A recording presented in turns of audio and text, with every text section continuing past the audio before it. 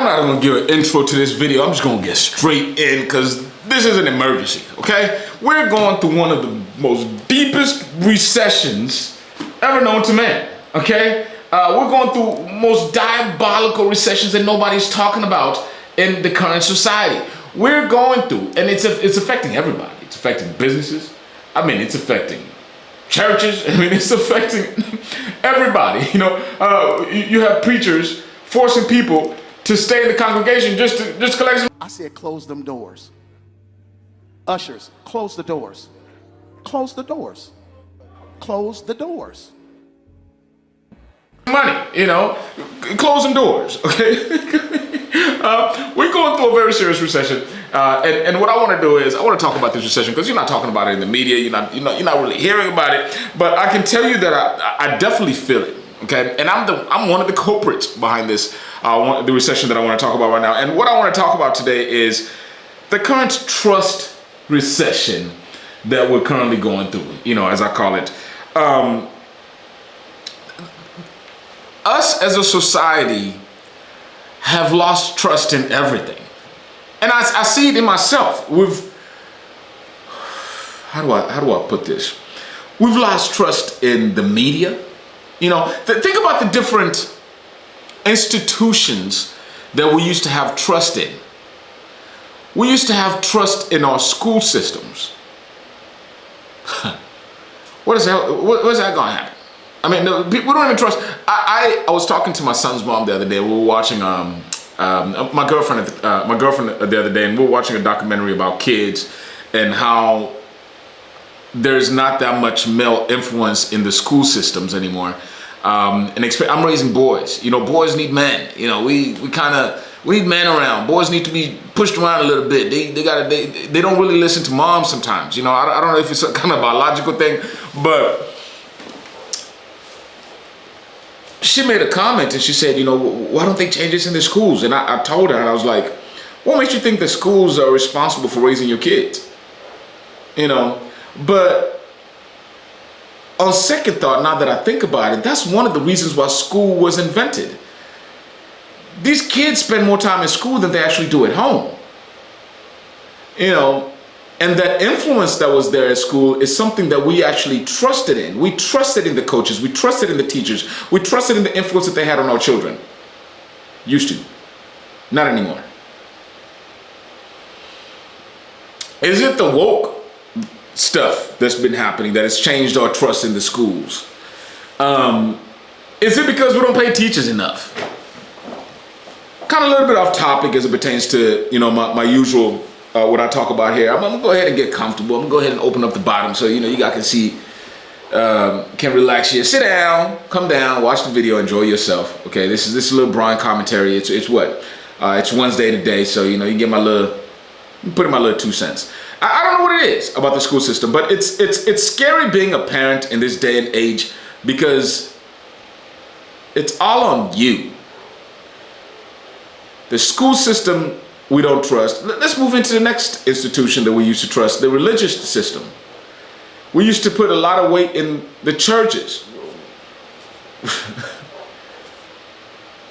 I don't even know what to say. I don't even know what to start at. You know, let's just be, I'm 35, I'm turning 36 next month.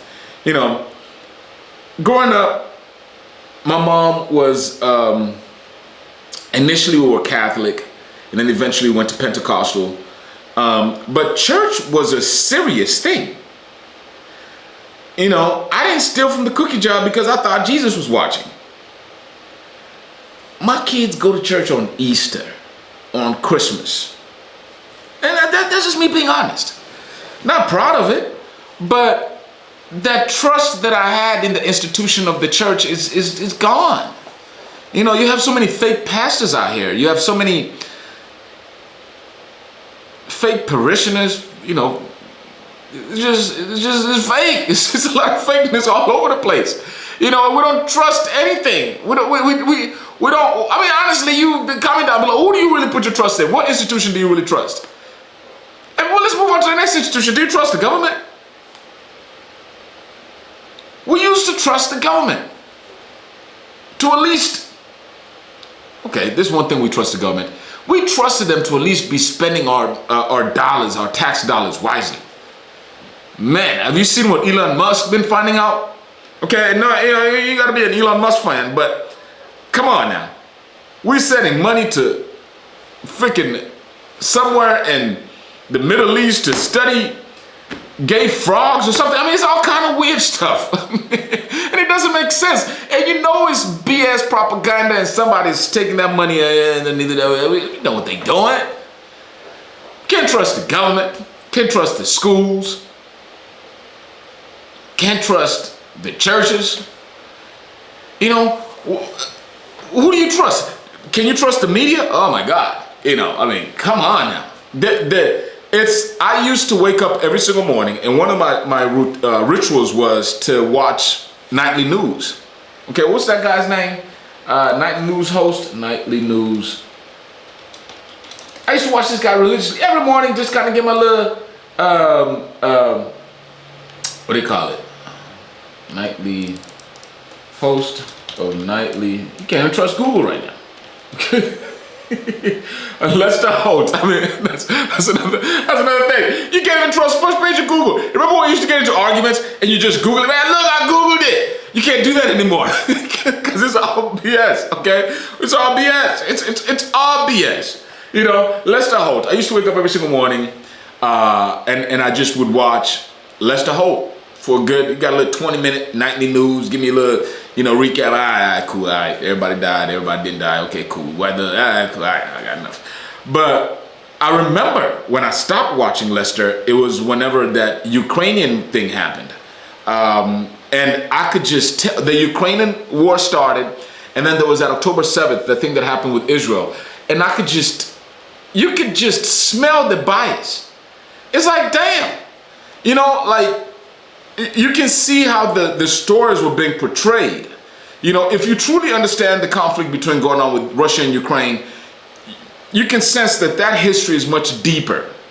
Ukraine used to be part of Russia. I mean, there's Russians in Ukraine. I'm not going to get into politics over here, but the way that thing was portrayed, and I was like, yeah, and they used to do all of that to kind of influence our thinking in a very subtle way.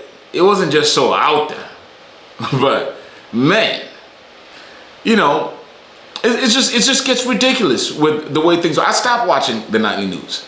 So you can't trust the media. You can't trust the government.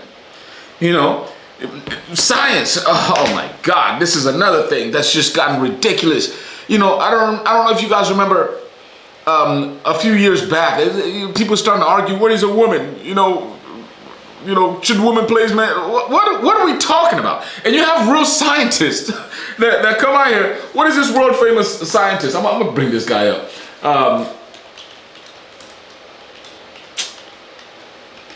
What's his name? This guy, you guys know about him. Once I pull him up, you'll know what I'm talking about. But I mean, this is the guy that I expected to, not sugarcoat the BS. Neil deGrasse, a black gentleman. And I remember watching this guy. I'm not really big into scientific stuff, but I love his stuff because he made it fun. He made it simple. And there came a time where there was this conversation about men and women, and there was a video that I watched of Neil deGrasse, and I couldn't believe it. Really? You too, Neil? You don't know what a woman is? You don't know what a man? Really? Like, are we really sitting here talking about this? This is ridiculous. And so it got really weird. We can't even trust with the power of AI. You would think that AI would make life a little bit easier, but now with AI, you can't even trust there's deep fakes. There's all kind of stuff, and I mean, we don't trust anything. I go outside sometimes and I see somebody, I'm more cutting the grass or mowing the lawn. Somebody just approach, hey, I don't want to buy nothing. I'm saying? Everybody, I'm good. Man, it's all fun and jokes, but our society is deteriorating because of these lack of trust at a minimum to certain institutions that we're supposed to have trust in. Yes, you're not supposed to trust your used car salesman. Yep, we all knew that.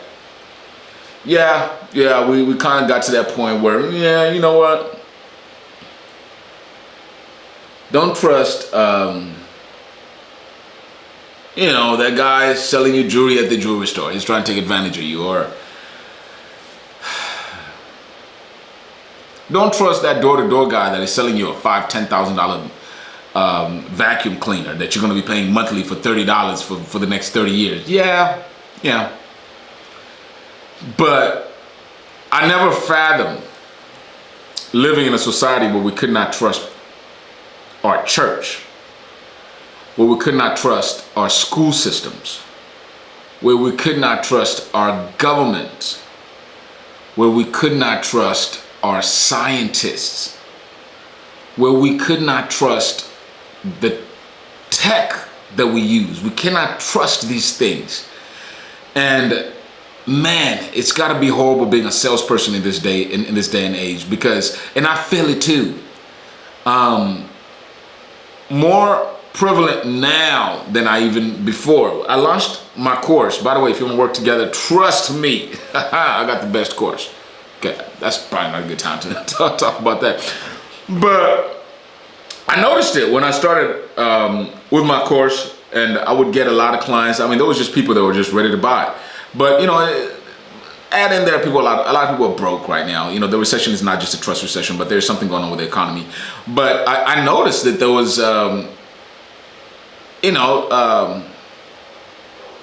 there's just this trust factor. People have been sold so many dumb courses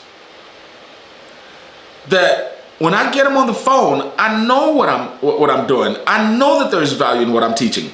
I remember if you're one of my students and you were attending our last weekly meeting, we have a meeting first Wednesday of every single month.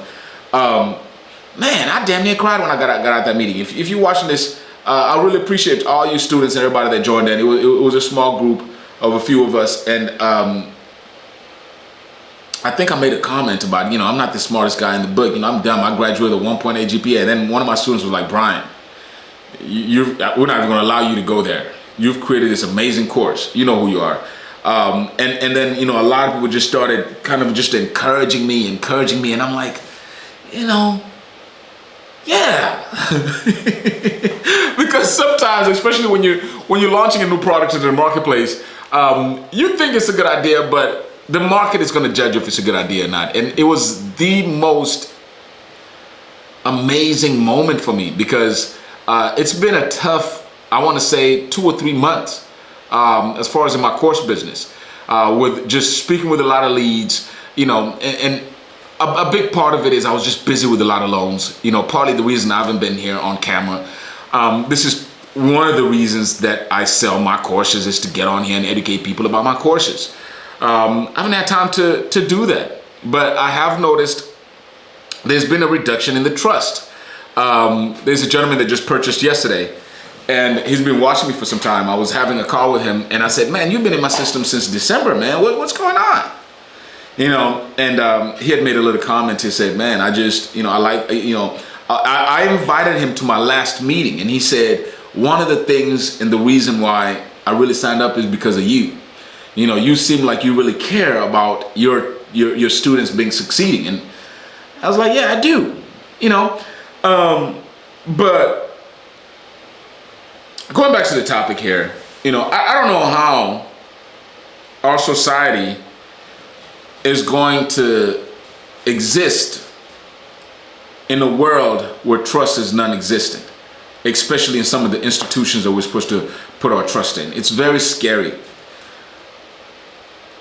And I think it's scary for me, but how the hell do we think these kids are feeling? If you don't have kids out there, man, honest to God, if I was to make the decision, I have 3 amazing boys. My fuel is the reason I do this. But if I was to make that decision right now, I don't think I would have any kids. And that's sad to say, but it's true. Because the things that these children are going through in this day and age is just crazy, to fathom, the pressure that they're on. I don't know. All I had to do was to go to school and come home and play soccer barefoot.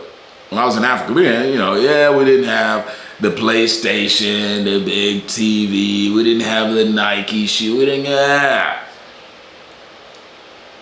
But my worries were very limited.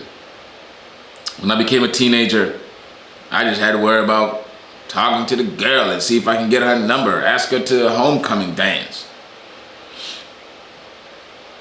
But these days, you can just sense these kids are going through a lot more.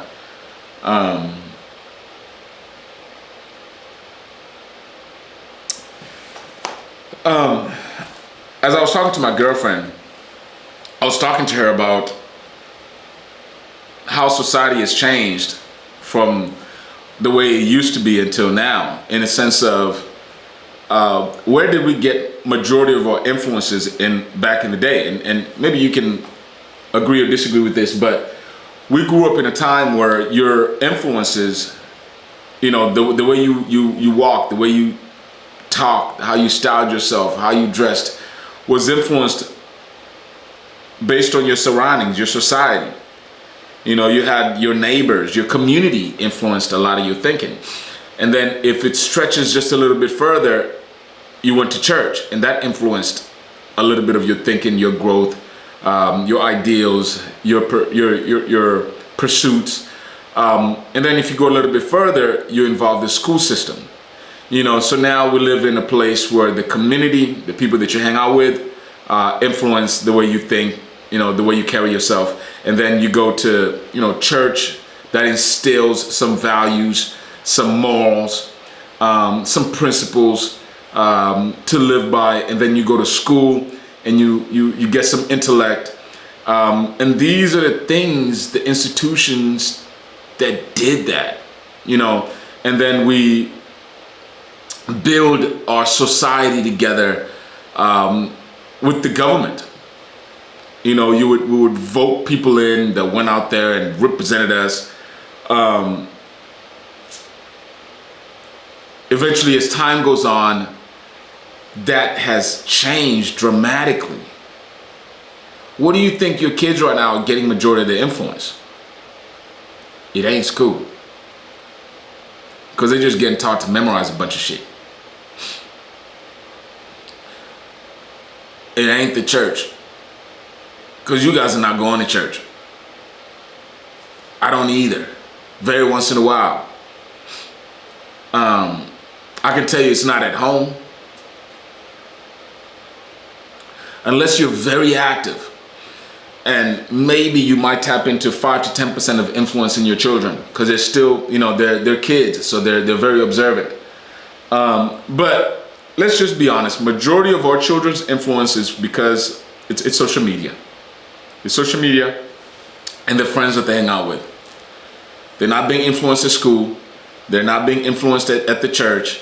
The government, damn sure, are giving them the wrong type of influence with some of the things that they're teaching. And it's sad. It really is sad. So, what has fueled these trust recessions? If you were to think about it, put your comment down below. What fuels some of these trust recessions that we're dealing with as a society? Some of the things that I've jotted down here is information overload. Have to know what's real and what's not real. God damn, there's just a lot of information out there. If you get on like your weight loss diet, if you're trying to change your diet or whatever it is, you watch so much contradicting and conflicting information, it's insane. You watch one video, stop eating bread is bad for you. You watch another video, meat is not good, stop eating meat, red meat. You watch another video, fruits are not good for you, stop eating fruits. You watch another video, greens are bad, greens contain salmonella, whatever, salmonella, don't eat greens. What the freak are we supposed to eat? It's so confusing. Okay, I know you guys have seen it out there before. You just sit there like, okay, whatever. I'm just back to the basics. I'll just be fat and I just don't care no more, okay?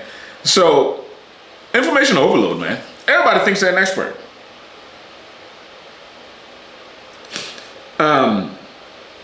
Another thing is these social media algorithms designed to polarize and divide. Literally, that's what these algorithms were designed to do. And they've shown us, they've admitted to this. It was just recently that, what's that Facebook guy, Zuckerberg, he came in and told us about how the government influenced what people could see during COVID, during that Hunter Biden stuff, how they basically suppressed some of the... These algorithms are not our best friends. The algorithms are only best friends of the tech companies that are getting wealthy and rich, and not just in dollars, but also in influence. And not just in influence, we've become their slaves, literally. It's insane. There's a lot of conspiracy theories, thriving in uncertainty and distrust. There's a conspiracy theory about everything. About everything. Sometimes I can't even trust my own opinions, because I'm a product of this environment. And whenever you get to that point where you can't trust your own opinion, come on now. When you second thinking yourself, that's when, I don't know. Maybe it's just me. I don't know. You guys put your comments down below. Maybe it's just me. Oh, Brian, you're losing your mind. Go put the comments down below. Brian, you need to go see your counselor. Let me know. Okay. All right. Better help. Yeah. I wish I had a subscription. What do you call it? A sponsorship for Better Help. Come on, man. I need a sponsor right now. This video would have been perfect for me to shout out to the sponsor. Better Help. Yeah. Anyway. Institutional failures, scandals, lack of transparency, and broken promises. That's another huge reason for the lack of this trust recession that we're currently going through. And then lastly, AI, deepfakes, even reality. Just reality is questionable. So what's fueling this trust recession? Information overload, social media algorithms, conspiracy theories, institutional failures, AI, deepfakes. That even have you question reality. There's this quote, there's this statement that I put on here. Trust is the foundation of society. Without it, I'm gonna read that again. Trust is the foundation of a society. Without it, corporation breaks down, erodes democracy, public health, economic instability, and relationship. Leads to cynicism, apathy, or even extremism. That's what we're currently living in right now. That's what we're living in. How do we fix this? I don't know. I'm just gonna wake up tomorrow and start trusting each other, because I'm part of the problem. But I'm wanting to be part of the solution. With a little bit that I can do. Shameless plug. But what I'm really good at, and my gift is with loan brokering, with helping people get access to capital, with teaching people about helping people getting access to capital. Small businesses are the backbone of the U.S. economy. It's been said a million times. And I believe that these small businesses need help. They need educated brokers to help them understand and navigate this lending landscape. And the way I teach and the way I approach this business loan brokering thing, it evolves around trust, credibility, integrity. My course, the number one thing that I thought about when I was thinking about how I'm going to structure my curriculum, it had to be some integrity in there. It had to be some, in addition to the knowledge and, the confidence building, but I thought about everything that I'm sharing with you on this video when I came up with this course. And this is how I'm hopefully helping fix this sector when it comes to business lending. So anyway, those are my 2 cents. For what it's worth, we're currently going through a trust recession. What is your opinion on this topic? Appreciate it. See you guys soon.